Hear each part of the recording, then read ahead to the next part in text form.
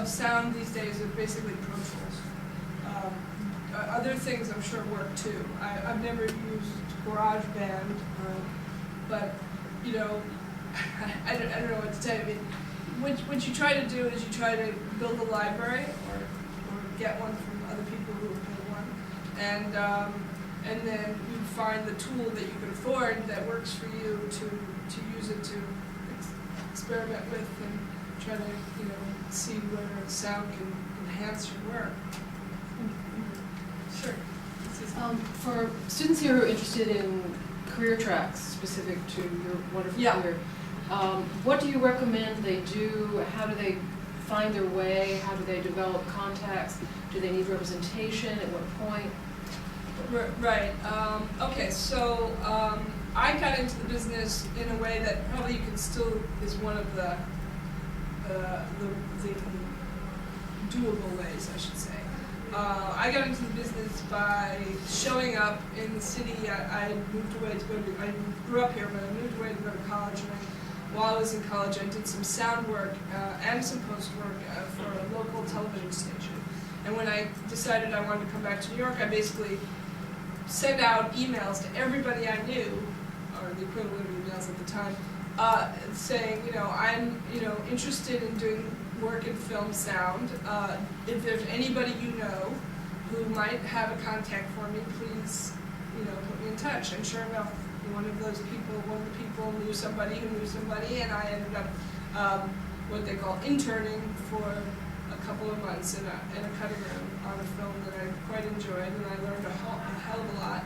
And then that ended up my getting an apprenticeship, which was the first paying job.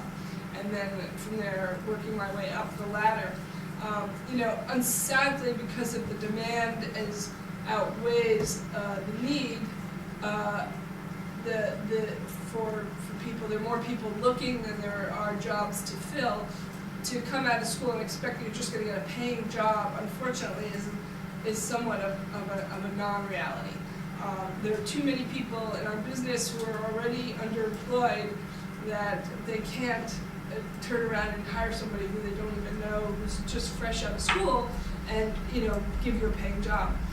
That being said, if you are willing to intern and able to intern for a while, and you can prove yourself, you often get a foot in the door, and that leads to other things. And then when there is an opportunity and they have a slot and they remembered you and you were competent and easy to work with, there's a very good chance, and I've seen it, I can't tell you, endless times, people who are good end up finding their way to work.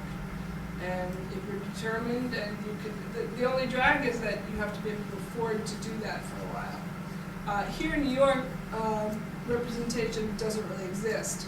People in sound editors don't have agents. I know in LA they do. I would think that having an agent when you're just fresh out of school is probably overkill. Another way to do it is to hook up with a promising young filmmaker and be the one to sound edit their first films. There's no guarantees that if they make it that you will go along with them, but there's always the hope of loyalty. And usually if they make it, and they make it gradually, they'll bring everyone with them.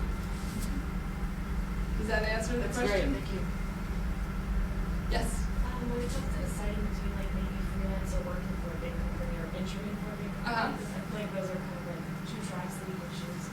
Which one would you say is probably a better chance?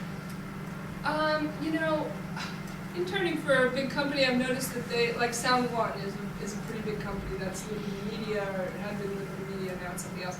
They bought my company. They, the trouble with that is that often what you're doing is you're messengering for a while. You're taking things back and forth to places. What's good about it is that it allows you to meet a lot of people. And I've noticed a lot of people that intern for those companies then end up freelancing.